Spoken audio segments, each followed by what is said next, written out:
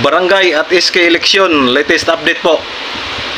Na-publish na po, nasa official gazeta po ng Republic of the Philippines ang panukalang batas na 12232, also known as Term Setting Bill.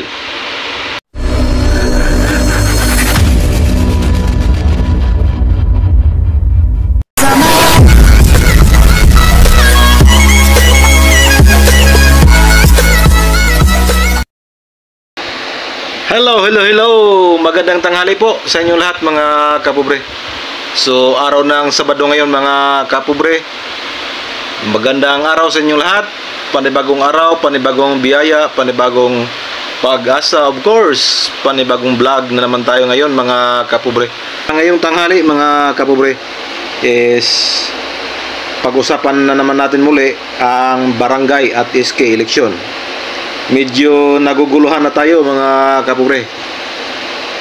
Kahapon po nag-upload tayo na ang Korte Suprema ay humingi na ng komento sa mga respondent about sa term setting bill, at ang mga ahensya na pinagkomento ng Korte Suprema ay ang COMELEC, ang House of Representatives, ang Senado, at ang Office of the President. So hanggang ngayon mga kapobre, wala pa tayong nabalita na may nasubmit na po na reply ang mga nasabing mga respondent. So ngayon mga kapobre is balikan natin yung mga interview ni COMELEC Chairman George Garcia.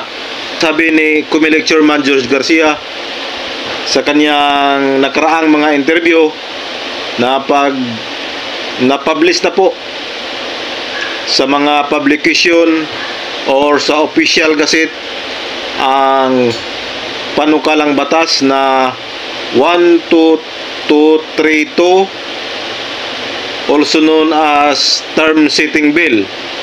Ito po ay hindi na po pwede daw galawin, at yun po ay final na, at kahit ano pa daw na petisyon ang ihain ay wala na daw po yan.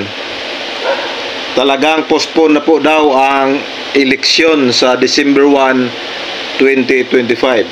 So mga kapobre, kung ito po ay totoo, kasi hindi naman tayo eksperto sa batas, pero narinig natin yan sa interview ni COMELEC Chairman George Garcia. So ngayong tanghali mga kapobre, nakita ko po sa official gazette na nandoon na po yung term setting bill, pinablish na po. So ibig sabihin ba nito mga kapobre ay wala ng pag-asa ang petisyon na inihain ni Attorney Macalintal?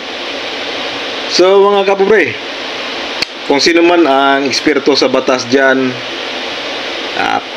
free po kayo magkomento dyan sa baba kung totoo ba yung sinabi ni COMELEC Chairman Garcia na pag na-publish na sa official gazette ay hindi na po pwedeng galawin yan.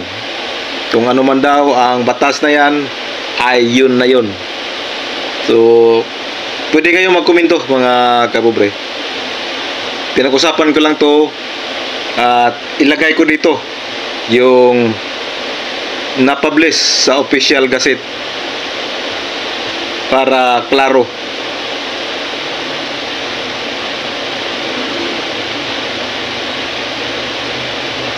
Again, di po ako eksperto sa batas.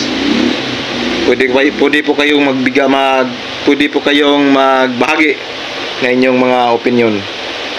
So maraming salamat sa pagsubaybay mga kapobre. Magandang tanghali at God bless and bye-bye.